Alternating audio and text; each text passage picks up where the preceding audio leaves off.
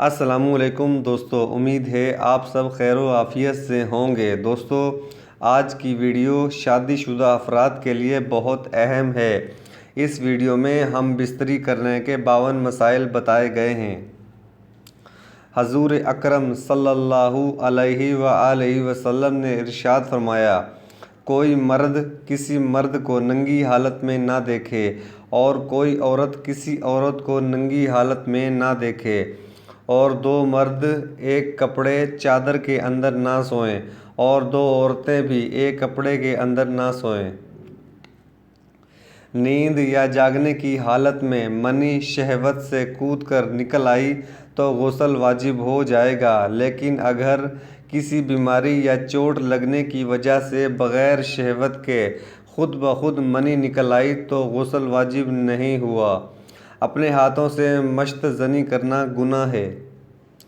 مشط زنی کی لیکن انزال نہ ہوا تو غسل واجب نہ ہوا، اور روزہ تھا تو مشط زنی کی وجہ سے روزہ مکروہ ہوا، لیکن انزال نہ ہونے کی وجہ سے روزہ ٹوٹا نہیں۔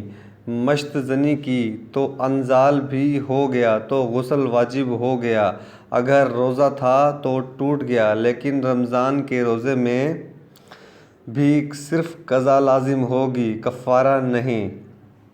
ام المومنین حضرت ام سلمہ رضی اللہ تعالیٰ عنہا سے روایت ہے کہ جب بھی کسی زوجہ مطہرہ کی آنکھ میں درد ہوتا، آنکھ دکھتی، تو رسول اللہ صلی اللہ علیہ وآلہ وسلم اس سے ہم بستری نہ کرتے جب تک تندرست نہ ہو جائے۔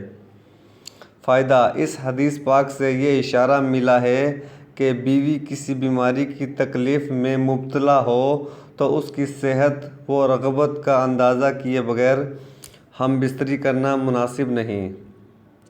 اطباء کا کہنا ہے کہ پیٹ بھرے ہوئے کی حالت میں ہم بستری نہ کرنا چاہیے، اس سے معدے کی بیماریاں ہوتی ہیں، اور اس ہم بستری سے پیدا ہونے والا بچہ کند ذہن ہوتا ہے۔ حیض کے دنوں میں ہم بستری کرنا گناہ کبیرہ ہے۔ جن دنوں میں بیوی کو حیض یا نفاس کی ناپاکی ہو، ان دنوں میں بیوی کے ناف سے گھٹنوں تک ننگی حالت میں فائدہ لینا جائز نہیں۔ بیوی کو ناف سے گھٹنوں تک کپڑا پہنا ہوا ہو، باقی جسم ننگا ہو تو درست ہے۔ حیض کے دنوں میں مرد کی شہوت کنٹرول سے باہر ہو جائے تو بیوی اپنے شوہر کی مشط زنی کر سکتی ہے، البتہ مرد خود اپنے ہاتھ سے مشط زنی نہ کرے۔ شوہر جب ہم بستری کے لیے بلائے تو ہم بستری کو برداشت کرنے کی طاقت کے باوجود بیوی کا ٹال مٹول کرنا جائز نہیں۔ حضرت ابو ہریرہ رضی اللہ تعالیٰ عنہ کہتے ہیں کہ رسول اللہ صلی اللہ علیہ وآلہ وسلم نے فرمایا کہ جب آدمی اپنی بیوی کو اپنے بستر کی طرف بلائے، پھر عورت نے انکار کر دیا اور شوہر نے اسی طرح ناراضگی کی حالت میں رات بسر کی، تو فرشتے اس عورت پر صبح تک لعنت بھیجتے ہیں۔ بیوی کو حیض، نفاس، بیماری وغیرہ جیسی کوئی مجبوری نہ ہو، اس کے باوجود ہم بستری سے منع کرے، اور شوہر کو شہوت کا غلبہ ہو تو بیوی سے زبردستی ہم بستری کرنا جائز ہے۔ اگر شوہر کو بار بار ہم بستری کرنے کا تقاضا ہو جس کو بیوی برداشت نہ کر پاتی ہو، اور اس سے اس کی صحت کے نقصان پہنچنے کا خطرہ ہو، تو شوہر کے لیے بیوی کی طاقت سے زیادہ ہم بستری کرنا جائز نہیں۔ سمجھدار بچے قریب میں سوئے ہوئے ہوں تو اس جگہ ہم بستری نہ کرنی چاہیے۔ میاں بیوی ایک دوسرے کی شرمگاہ کو دیکھ سکتے ہیں، لیکن نہ دیکھنا بہتر ہے۔ اپنی یا دوسرے کی شرمگاہ ننگی حالت میں دیکھنے سے وضو نہیں ٹوٹتا۔ شرمگاہ کو ہاتھ لگانے سے وضو نہیں ٹوٹتا۔ شہوت آنے سے شرمگاہ سے پیشاب والی جگہ سے جو پانی کی طرح لیسدار قطرے نکل آتے ہیں، اس کو مزی کہا جاتا ہے۔ اس سے صرف وضو ٹوٹ جاتا ہے، غسل واجب نہیں۔ حضور اکرم صلی اللہ علیہ وآلہ وسلم نے فرمایا، کوئی شخص جانور کی طرح بیوی پر نہ جا پڑے، یعنی ابتدا میں بوس و کنار پیار محبت کے بغیر جانور کی طرح ڈائریکٹ بس ایذو داخل نہ کرے، بلکہ اس کو چاہیے کہ پہلے بوس و کنار اور آہستہ بات چیت سے آمادہ کرے۔ میاں بیوی کا ایک دوسرے کے پورے بدن کو چھونا اور ہاتھ پھیرنا جائز اور درست ہے، لیکن ایک دوسرے کی شرمگاہ کو بھی ہاتھ لگا سکتے ہیں۔ بیوی کی اگلی شرمگاہ یا پچھلے والے راستے میں انگلی ڈالنا نامناسب حرکت ہے جس سے اعتراض کرنا چاہیے۔ شرمگاہ کے علاوہ باقی پورے بدن پر بوسہ دینا درست ہے۔ میاں بیوی ایک دوسرے کی زبان کو چوس سکتے ہیں، شرعاً اس میں حرج نہیں۔ شوہر کے لیے اپنی بیوی کے پستان کو منہ میں لینا اور چوسنا جائز ہے، البتہ اگر دودھ آنے کا گمان ہو تو پھر ایسا نہ کرنا چاہیے، کیونکہ پستان سے دودھ نکلنے پر مرد کے حلق میں جانے کا اندیشہ ہے اور بیوی کا دودھ پینا حرام ہے۔ اگر منہ میں بیوی کا دودھ چلا جائے تو اس کو تھوک دے۔ اگر بیوی کا دودھ شوہر کے پیٹ میں چلا گیا تو اس سے نہ نکاح ٹوٹ جائے گا اور نہ ہی بیوی کا بیٹا بن جائے گا، البتہ حرام پینے کے گناہ سے توبہ لازم ہے، اس لیے کہ انسان پیدا ہونے کے وقت سے لے کر 2.5 سال 30 مہینے کی عمر تک جس عورت کا دودھ پیے گا وہ عورت اس کی رضاعی ماں بن جائے گی۔ بچے کی عمر 30 ماہ سے 1 دن بھی زیادہ ہو جائے گی تو اب کسی بھی عورت کا دودھ پلانا حرام ہے، اور اب اگر کسی بھی عورت کا دودھ پیے گا تو وہ اس کی ماں نہ بن جائے گی۔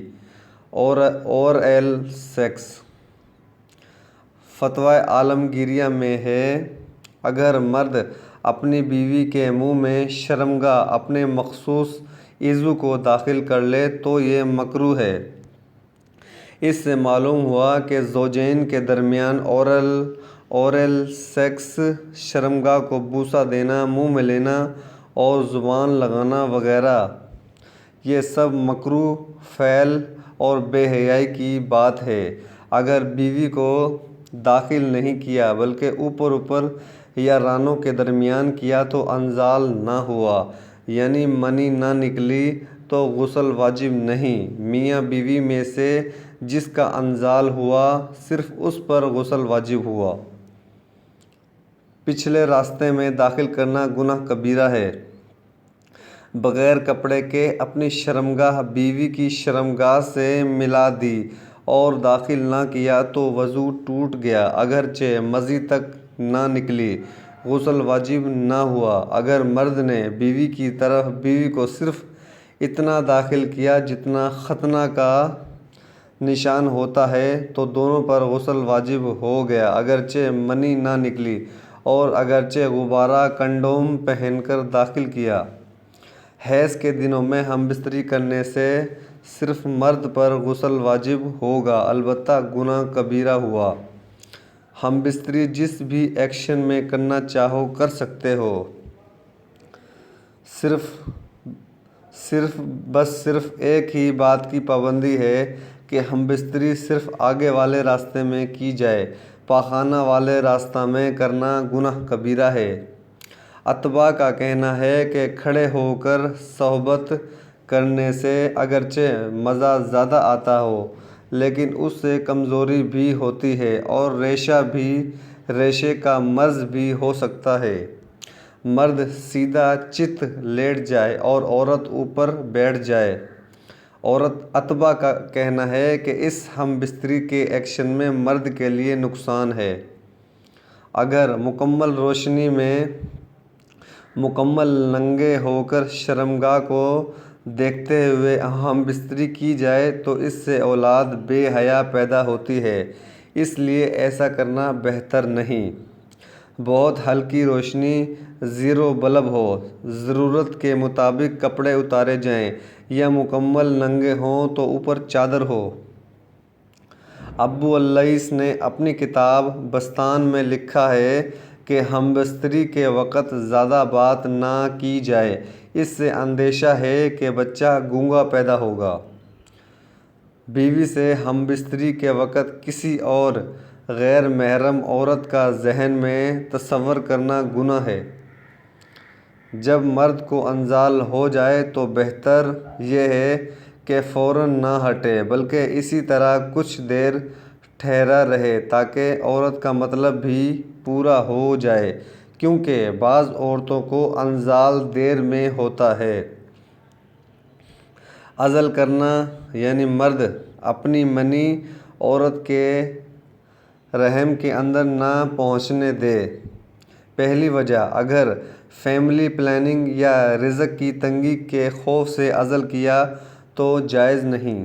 دوسری وجہ، اگر ایسی کوئی سوچ نہ ہو لیکن کوئی مجبوری بھی نہ ہو، ایسے ہی خواہ مخواہ عزل کرے تو مکروہ ہے۔ تیسری وجہ، اگر کوئی مجبوری ہو، بیوی یا چھوٹے بچے کی صحت کے لیے، تو بیوی کی اجازت سے عزل کرے تو صحیح ہے۔ جب عزل کرنا آپ کے لیے جائز ہو تو 3 طریقوں میں سے جسے چاہیں عزل کریں۔ پہلا طریقہ، مرد ہم بستری کے آخر میں فراغت کے وقت عضو باہر نکال دے تاکہ منی باہر خارج ہو۔ دوسرا طریقہ، فراغت سے کچھ پہلے شوہر عضو باہر نکال دے اور بیوی اپنے ہاتھوں سے شوہر کو فارغ کر دے۔ تیسرا طریقہ، عضو پر کنڈوم پہن کر ہم بستری کریں۔ مزی اور منی بھی پیشاب کی طرح نجاست غلیظ ہیں، کپڑے کو لگ جائے تو کپڑا ناپاک ہو جائے گا، اس ٹکڑے کو دھو کر پاک کرنا واجب ہے۔ ہم بستری سے فراغت کے بعد دونوں کو پیشاب کر لینا چاہیے۔ حضرت علی رضی اللہ تعالیٰ عنہ نے فرمایا، ہم بستری کے بعد پیشاب کر لے ورنہ لاعلاج مرض پیدا ہوگا۔ علم طب کی کتابوں میں لکھا ہے کہ بعض اوقات منی کا قطرہ پیشاب کی نالی میں اٹکا رہ جاتا ہے تو سوزش و زخم پیدا ہو جاتا ہے۔ ابو اللیث سمرقندی نے لکھا ہے کہ ہم بستری کے بعد اپنے عضو کو دھو لینا چاہیے، اس سے بدن تندرست رہتا ہے۔ لیکن ہم بستری کے فوراً بعد ٹھنڈے پانی سے نہ دھوئیں، اس طرح بخار آ جانے کا اندیشہ ہے۔ اس لیے نیم گرم تھوڑا ہلکے گرم پانی سے دھوئیں۔ اگر نیم گرم پانی نہ ہو تو اتنی دیر رک جائے کہ بدن کی حرارت گرمائش اعتدال پر آ جائے تو اس کے بعد ٹھنڈے پانی سے دھونے میں کوئی حرج نہیں۔ اتباع کا کہنا ہے کہ ہم بستری کے فوراً بعد پانی نہیں پینا چاہیے، ایسا کرنے سے دمہ کی بیماری ہو سکتی ہے۔ ایک بار ہم بستری کرنے کے بعد دوبارہ ہم بستری کا ارادہ ہو تو دوبارہ ہم بستری سے پہلے غسل کرنا بہتر ہے۔ غسل نہ کرے تو وضو کرے، وضو بھی نہ کرے تو کم از کم پیشاب کر کے عضو دھو لے، ایسا نہ کرے تو بھی بغیر عضو دھوئے دوبارہ ہم بستری کرنا جائز ہے۔ رات کو ہم بستری کے بعد سونا جائز ہے۔ بہتر یہ ہے کہ ظاہری نجاست کو دھو کر وضو کر کے سوئے یا کم از کم پیشاب کر کے عضو دھو کر سو جائے، لیکن فجر کی نماز سے پہلے غسل کر کے نماز فجر پڑھنا لازم ہے۔ ایک سے زیادہ بار ہم بستری کرنے کی وجہ سے بھی ایک ہی غسل کافی ہوتا ہے۔ جس انسان پر غسل واجب ہو اس کے لیے قرآن مجید کو ہاتھ لگانا، قرآن مجید پڑھنا اور مسجد میں داخل ہونا جائز نہیں، البتہ اس کے لیے اللہ تعالیٰ کا ذکر کرنا، تسبیح پڑھنا، منشور دعائیں پڑھنا اور درود شریف پڑھنا جائز ہے۔ غسل واجب ہو تو غسل سے پہلے بھی ہاتھ دھو کر کلی کر کے کھا پی سکتے ہیں۔ جس پر غسل واجب ہو وہ ہاتھ دھو کر کلی کر لے تو اب پانی پی کر کچھ بچائے تو اس کا جھوٹا پانی بھی پاک ہے، اس کا بچا ہوا پانی کوئی بھی پی سکتا ہے۔